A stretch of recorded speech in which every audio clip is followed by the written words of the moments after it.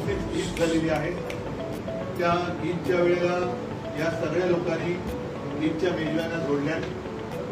ईदच्या मेजवाना जोडून एकत्र येऊन काल वक्फ बोर्डाचं बिल मांडलेलं आहे. योगायोग असा आहे की किरण रिजिजू यांनी हे बिल मांडलं. आता हे किरण रिजिजू यांनीच एकेकाळी गोमांस खाण्याचं समर्थन केलं होतं. त्यांनीच वक्फ बोर्डाच्या सुधारणेचं बिल मांडलं. हा योगायोग किंवा ठरवून आणलेलं योगायोग.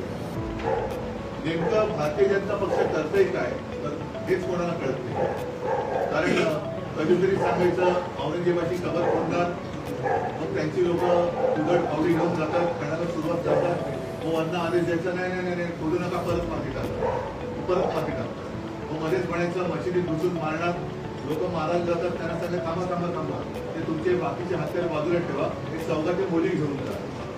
म्हणजे ते कळत असलं नेमकं काय चाललेलं आहे.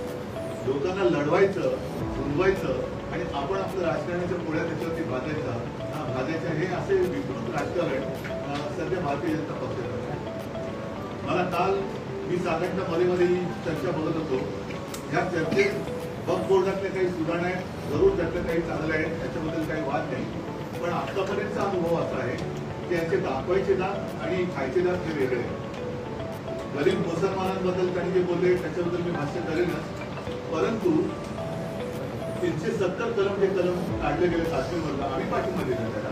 त्याचं कारण त्यावेळेला तिथे ठीक आहे अंदाधुंद एक बेबंदशाही चालू होती आणि अनेक हजारो काश्मीरी पंडित हे आपल्या देशात आपली घरं सोडून आपल्या इतर राज्यांमध्ये निर्वासितासारखे फिरत होते. तेव्हा हिंदू हृदय सम्राट शिवसेना प्रमुखांनी त्यांना महाराष्ट्रामध्ये आश्रय दिला. 370 कलम काढल्यानंतर ती एक आशा दाखवली गेली ते सगळे काश्मीरी पंडित आपापल्या घरी परत जातील. आता 370 कलम काढून किती दिवस झाले, किती वर्ष झाली, त्या काश्मीरी पंडितांपैकी किती जणांना त्यांच्या जमिनी परत दिल्या गेल्या हे पहिले त्यांनी सांगण्याची गरज आहे. आणि वक्फ बोर्डाची जमीन जरूर त्याच्याबद्दल तुम्हाला काय निर्णय घ्यायचा तुम्ही घेतलाच आहे का, पण काश्मीरी पंडितांच्या जागा तुम्ही देणार की नाही परत का? त्यांना अजून त्यांच्या घरामध्ये त्यांच्या हक्काच्या देशात त्यांच्या राज्यामध्ये बिनधास्तपणाने जाता येत आहे. तर त्याचाही खुलासा गृहमंत्र्यांनी केला पाहिजे. त्याचबरोबरीने आपण पाक व्याप्त काश्मीरची जी जमीन आहे त्याच्याबद्दल काही भूमिका घेतली नाहीये. चीन तर मी असं ऐकलं की तो जो काय कुठला आहे काय तो पँगॉंग लेक तिथला जवळपास 40,000 वर्ग किलोमीटरचा भूभाग त्याने दाखवला. आपण पोलीस त्याच्याबद्दल ठीक आहे. वक्फ बोर्डाच्या जमिनी तुम्ही त्या ताब्यात घेणार असं दिसतंय. म्हणजेच काय की जमिनीवरती तुमचा डोळा आहे. बरं कालची सगळ्यांची जर का भाषणं ऐकली तर मला वाटतं देशाच्या इतिहासात पहिल्या प्रथम देशाच्या संसदेत मुस्लिम समाजाचा कळवळा आणणारी भाषणं ही म्हणजे अतिशयोक्ती करायची झाली तर जिनानाही लाजवेल अशी मुसलमानांची बाजू घेणारी भाषणं ही पुन्हा अमित शहापासून त्यांच्या सर्व मित्रपक्षांनी केली. मग हे बिल नेमकं मुस्लिमांच्या विरोधात आहे का मुस्लिमांच्या बाजूने? जर मुस्लिमांच्या बाजूने असेल तर त्याला विरोध करणारे आम्ही हे हिंदुत्व सोडणारे कसे? आणि मुसलमानांची ज्या पद्धतीने तुम्ही काय बाजू मांडले की गरीब मुसलमान को ये होगा, मुस्लिम महिलाओं को ये करेंगे, अमुक करेंगे, तमुक करेंगे, तो हिंदुत्व आम्ही सोडलं का तुम्ही सोडलं?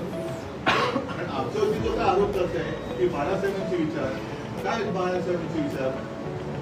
95 साली जेव्हा त्या राज्यामध्ये सत्ता आली होती तेव्हा इथे BKC मध्ये हिंदू हृदय सम्राटांनी इथल्या मुस्लिम लोकांना मोठा त्यांचा जो काही इस्तेमा उत्सव असतो तो करण्याची परवानगी दिली होती.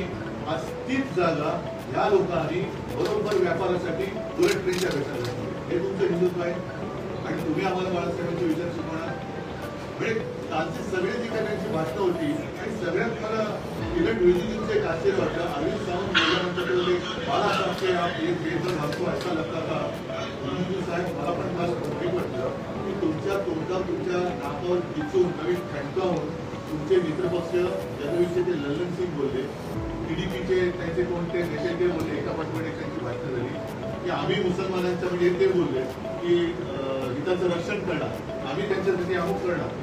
आणि हे असहाय्यपणाने म्हणजे असं चीन समोर किंवा अमेरिकेसमोर आपली अवस्था झाली. तसं अमित शहा असतील पियुष गोयल असतील, रिजिजू असतील, राजनाथ सिंग असतील, हे त्यांच्याकडे भविष्यकाळामध्ये खाली मान घालून नाचेरीने हसत होते. हे काय परिस्थिती आहे की त्यांचा आधार घेऊन हे राज्य करतात. त्यांच्या तोंडावर हे कन्फर्म सांगतात की आम्ही हिंदू मुसलमानांचं रक्षण करणार, आम्ही अमुक करणार, आम्ही तमुक करणार.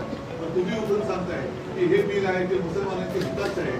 पण नेमकं हे बिल मुसलमानांच्या हिताचं आहे तर मग माझा प्रश्न परत तोच आहे, तर हिंदुत्व आम्ही सोडले का तुम्ही सोडले?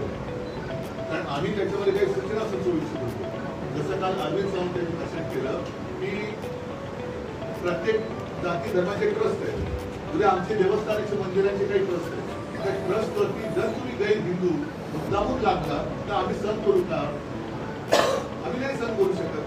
पण तशा या वक्फ बोर्डावरती तुम्ही गैर मुसलमान टाकताय, तुमचा अधिकार आहेच, तो कोणी नाकारत नाहीये.